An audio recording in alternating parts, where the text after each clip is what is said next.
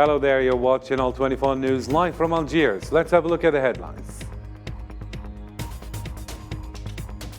China reports nearly 60,000 COVID-linked deaths since lifting restrictions.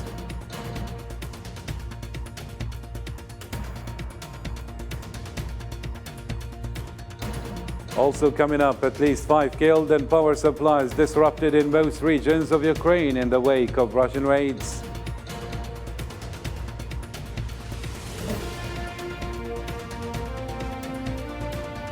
China voiced its firm opposition to a joint statement issued by the United States and Japan. And former Russian President Dmitry Medvedev has accused Japanese Prime Minister of shameful subservience to the United States.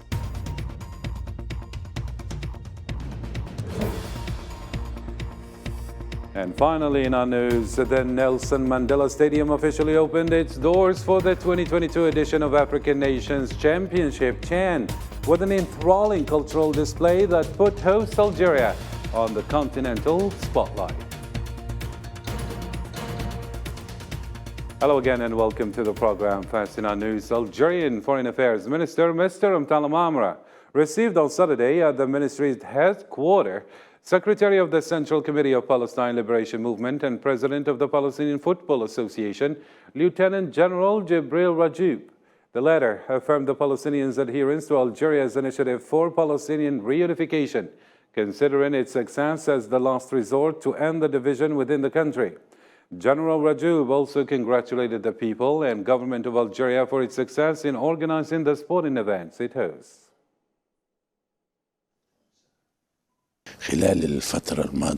During the last period, there was a great initiative by His Excellency the Algerian President Abdelmajid Tebboune, who is well respected along with his people by Palestinians and all their political spectrums. This attempt sought to end the division and achieve Palestinian national unity, which is a condition for the establishment of the Palestinian state. We salute Algeria and Algeria's initiative, and we believe that the area of consensus built us, as Palestinians, including our brothers in the rest of the factions, which have 100% compatibility. And in different news, Sahrawi President and Secretary General of the Polisario Front, Mr. Ibrahim Ghali, highlighted in a public session the most important gains achieved at all the levels by the Sahrawi cause in the 15th and 16th Congresses of the Front. During the session to open the conference, Ghali stressed that the Sahrawi issue has achieved a qualitative and historical leap in consolidating its position in all international forums.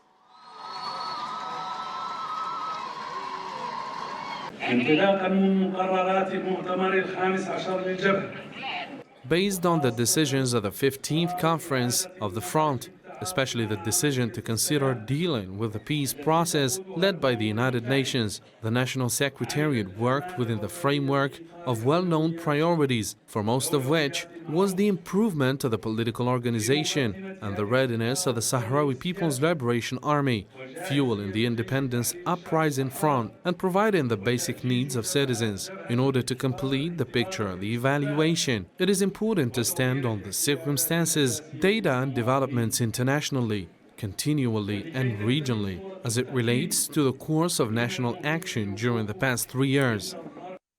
And in the same context, Sahrawi President Ibrahim Ghali also tackled the international situation in which the conference of the Polisario Front is being held at all the levels, starting with the corona pandemic that swept the world and its social and economic impacts on the national and international levels. One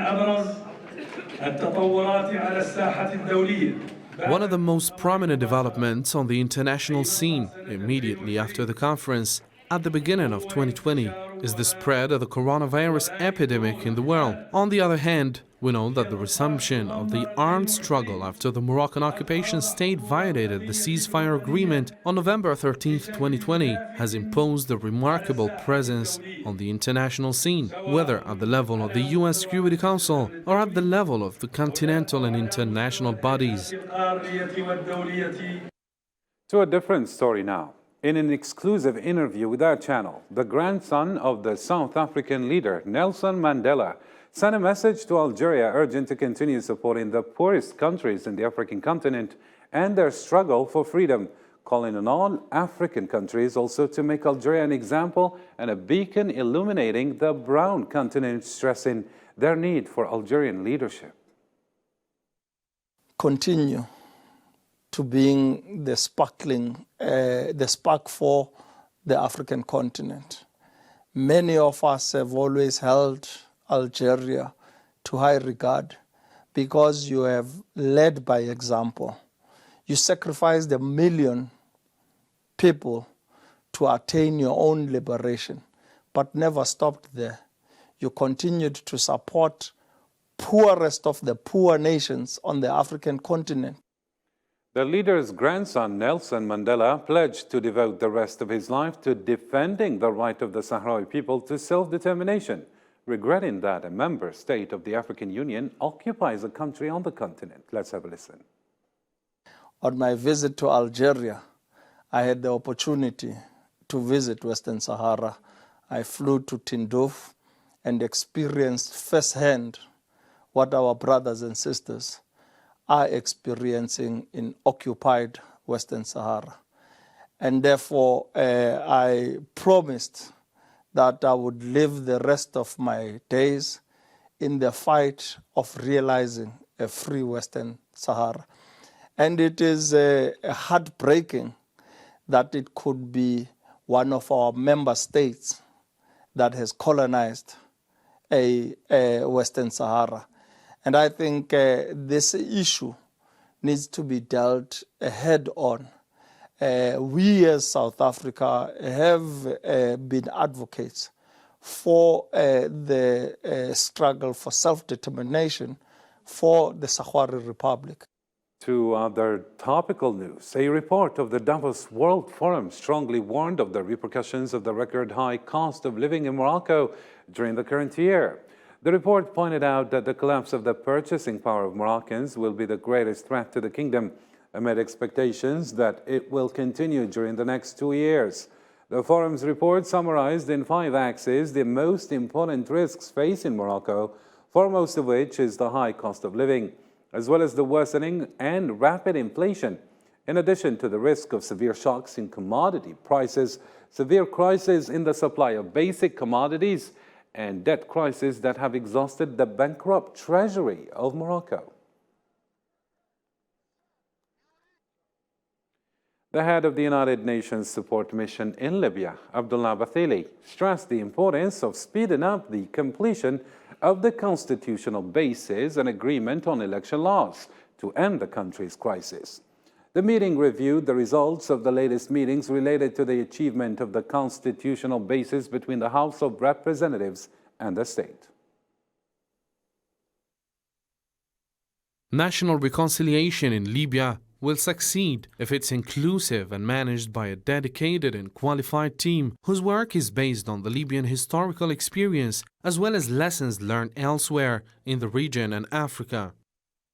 In Africa still, this Saturday marks the very first Regained Sovereignty Day, a day off and paid, established by the authorities in memory of the mobilization of January 14, 2022, when Malians had massively demonstrated against the sanctions imposed on Mali by ECOWAS. Since then, they have been lifted, but tensions with ECOWAS and with most international partners remain strong. This day of commemoration is therefore an opportunity for the authorities to try to mobilize public opinion behind them.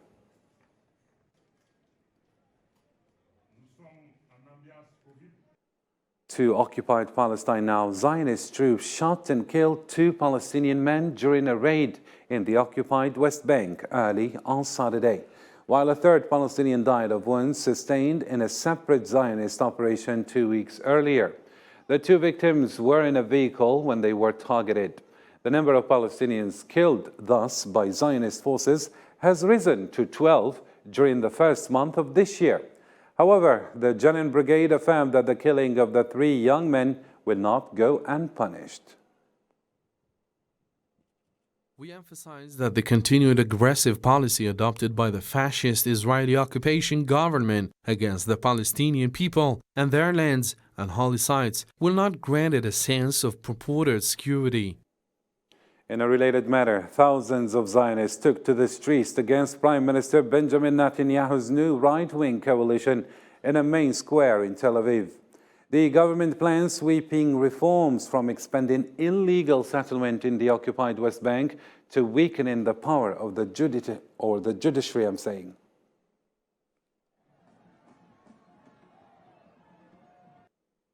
Iranian Foreign Minister Hossein Amir Abdullahian confirmed that the dialogue between him and the Saudi Foreign Minister during the second Baghdad conference in Jordan showed Iranian willingness to normalize relations with Saudi Arabia, and that there was consensus on the need for continued dialogue between Tehran and Riyadh, following a joint Saudi-Egyptian statement calling on Iran to end what Cairo and Riyadh see as destabilizing activities.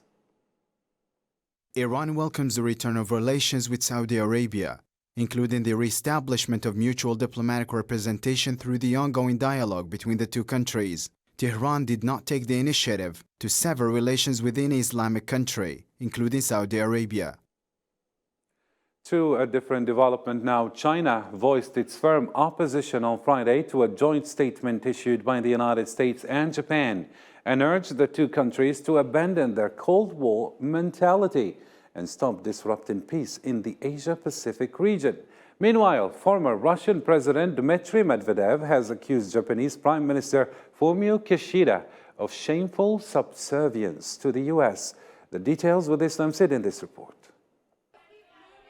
After Japan and the United States have revealed their plans to forge their military alliance as an attempt to repel Russia, North Korea, and China's so-called threats, the latter expressed its firm opposition on Friday, saying that the two countries should abandon their Cold War mentality and stop disrupting peace in the Asia-Pacific region. The Asia-Pacific is an anchor for peace and development, not a worsening world, not a worsening ground for geopolitical competition. Countries in the region stand for justice and are against hegemonism. They aspire for cooperation and oppose confrontation. They pursue true multilateralism and reject creating small circles that incite bloc confrontation. Meanwhile, top Russian security official called accusations about Russia on intentions to use nukes a paranoia, saying that he hopes that Kishida had reminded Biden of the U.S. attacks on Hiroshima and Nagasaki and demanded him to repent. Japan's Prime Minister Fumio Kishida betrayed the memory of victims of nuclear bombing of Hiroshima and Nagasaki when he made a joint statement with US President Joe Biden about unacceptability of use of nuclear weapons. Kishida absolutely does not care that the only country that used nuclear weapons was the United States, and its only victim is his own homeland.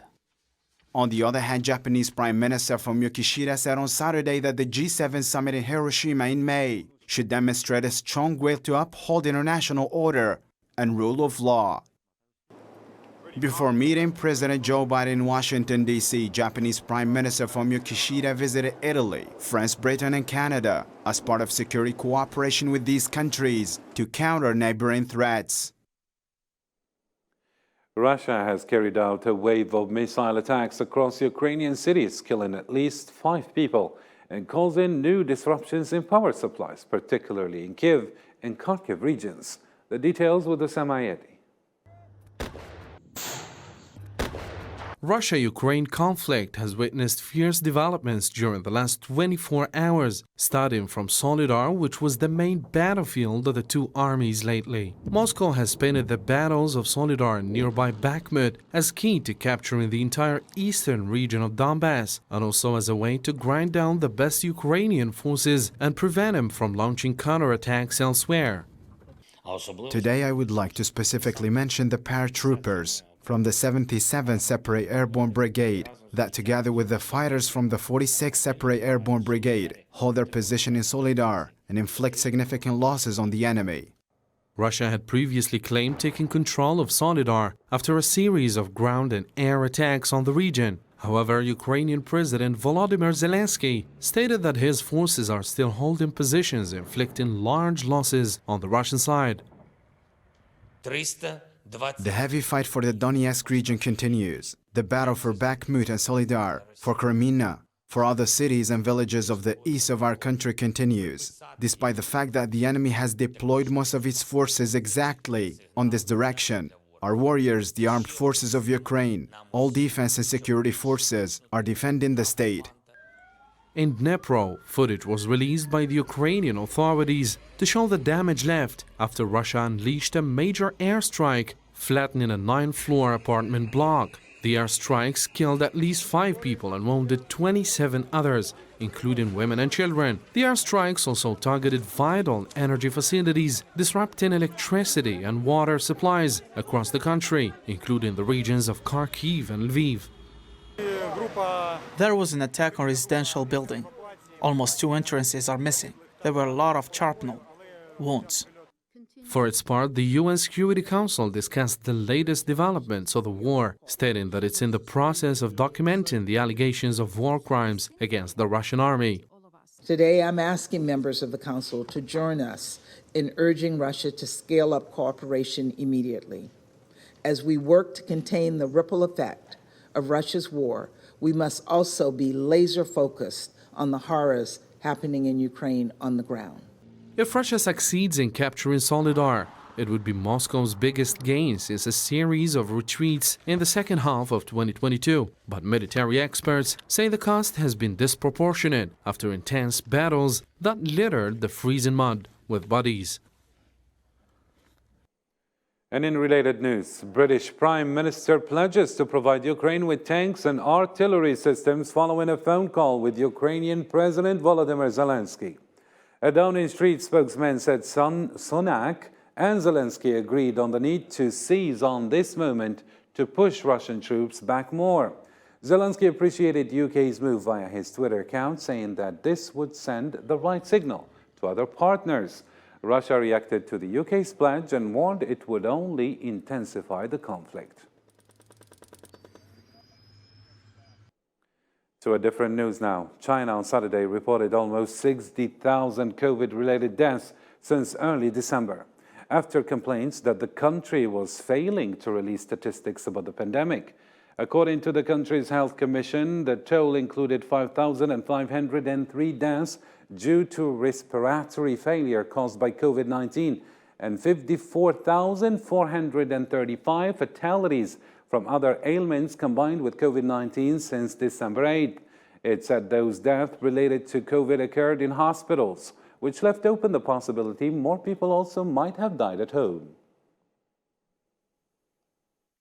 Our analysis showed that from December 8, 2022 to January 12, 2023, a total of 59,938 deaths related to COVID-19 occurred in medical institutions across the country. Among them, 5,503 deaths were due to respiratory failure caused by infection of COVID-19, and 54,435 deaths resulted from the underlying diseases combined with COVID-19.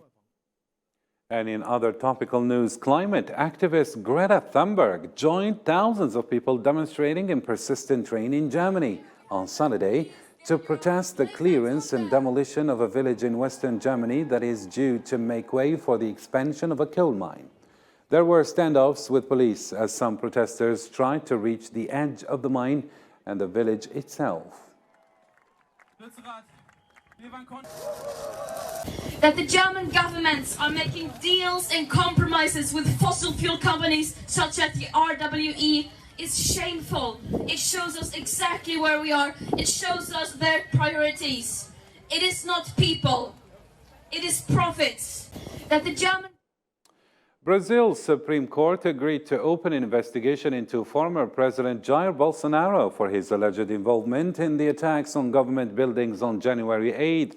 The investigation was requested earlier on Friday by Brazil's Attorney General's office, where several members believe Bolsonaro should be investigated for his involvement in the command, incitement, financing, and organization of the attacks.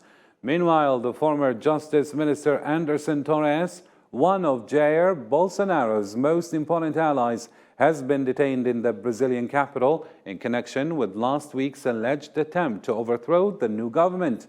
Anderson Torres was in charge of security in Brasilia at the time of the attacks, and he was detained by federal police at the airport there on Saturday morning.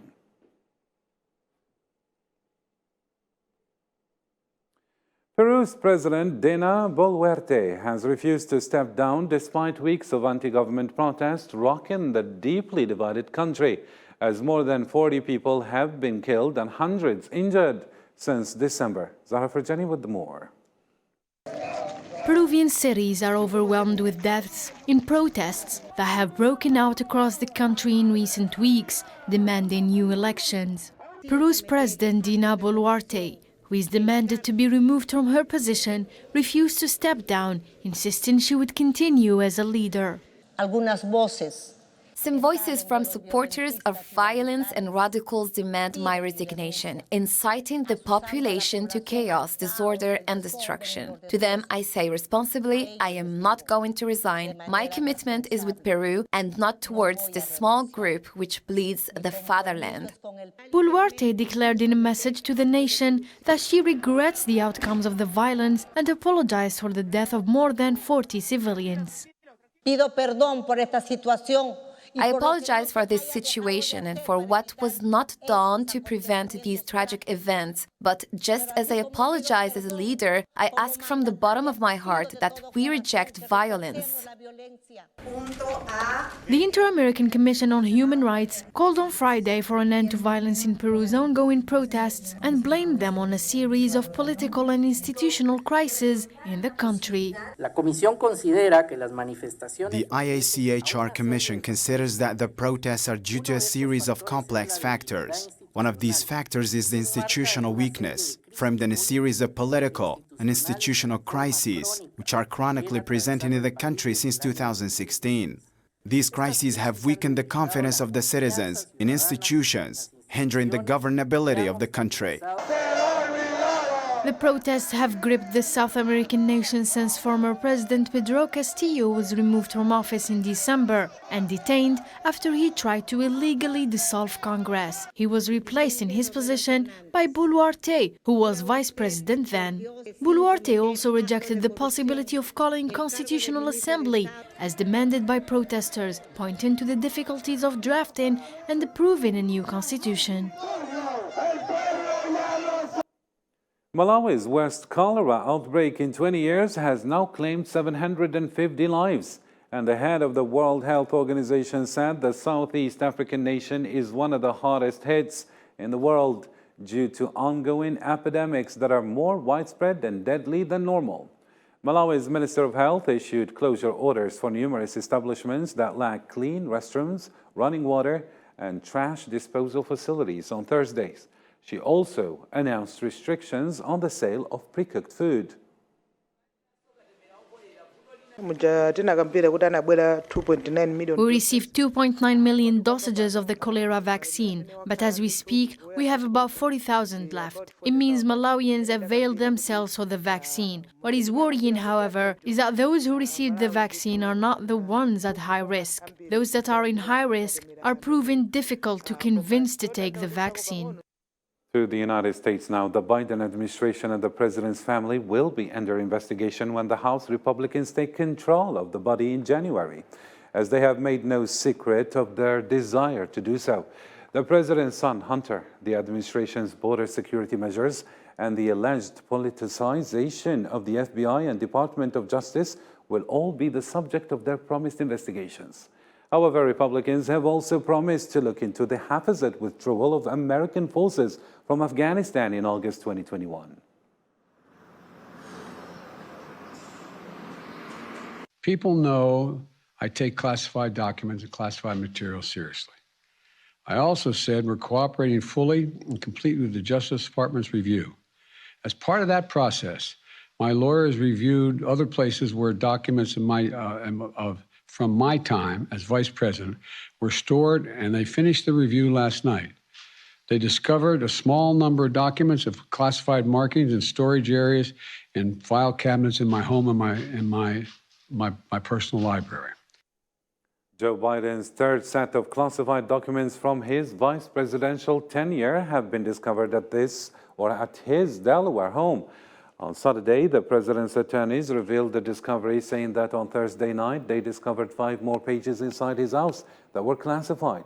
6 classified documents have now been discovered at Biden's Delaware home. The first one was discovered in the garage. Additionally, it brings the overall number of top secret documents from Biden's tenure as vice president to 22.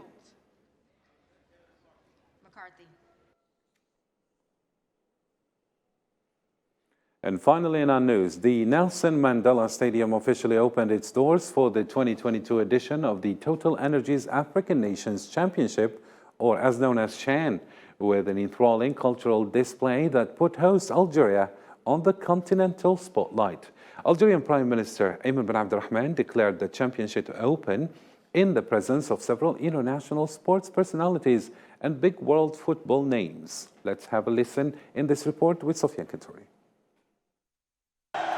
Algiers kicked off the 7th edition of the African Nations Championship on Friday. The inauguration was marked by the presence of a number of prominent international sport figures and football stars, including FIFA President Gianni Infantino and Confederation of African Football President Patrice Motsepe, while the Algerian Prime Minister Ayman bin Abdurrahman formally gave the official kickoff of the tournament.